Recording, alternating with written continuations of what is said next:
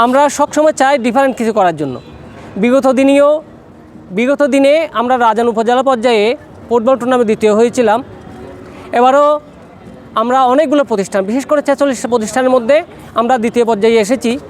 এই জন্য আমরা ধন্যবাদ জানাই অত্র স্কুলের, বিশেষ করে যারা বিজ্ঞান শিক্ষক আছেন এবং বিজ্ঞান বিষয়ে যারা আছেন তাদেরকে, যাদের অক্লান্ত পরিশ্রমে আমাদের এই স্কুল সুন্দর একটি টিম গঠন করেছেন এবং উপজেলা পর্যায়ে আমরা দ্বিতীয় স্থান অধিকার করেছি।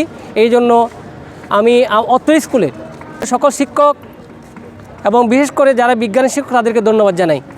এরপরে আমি সবার কাছে দোয়া চাই ভবিষ্যতে যেন আমাদের এই ধারাটা অব্যাহত থাকে, আমরা আরও ভালো করতে পারি, এটাই আমার অনুভূতি।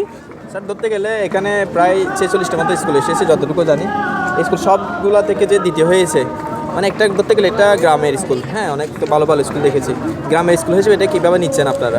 আসলে সব দিক দিয়ে যে এগিয়ে আছেন। আসলে আমাদের স্কুলটা একটা ঐতিহ্যবাহী স্কুল। এটা প্রতিষ্ঠা হয় 1954 সালে। আমরা এখানে অনেকগুলি স্কুলের মধ্যে আমাদের এই স্কুলটা দ্বিতীয় পর্যায়ে হওয়ার, অর্থাৎ এই যে একটা প্লেসে আসার পিছনে যে জন্য আমরা সবসময় তাই ডিফারেন্ট কিছু করার জন্য, সৃজনশীল কিছু করার জন্য আমাদের এই প্রজেক্টটা বাড়িতে দুর্গন্ধমুক্ত জৈব সার তৈরি। আমাদের দেশের মধ্যে রাসায়নিক সার ব্যবহার করে যেভাবে খাদ্য সামগ্রী বা শাকসবজি উৎপাদন হচ্ছে, এগুলোর কারণে কিন্তু আমরা পরোক্ষভাবে ক্ষতির শিকার হচ্ছি।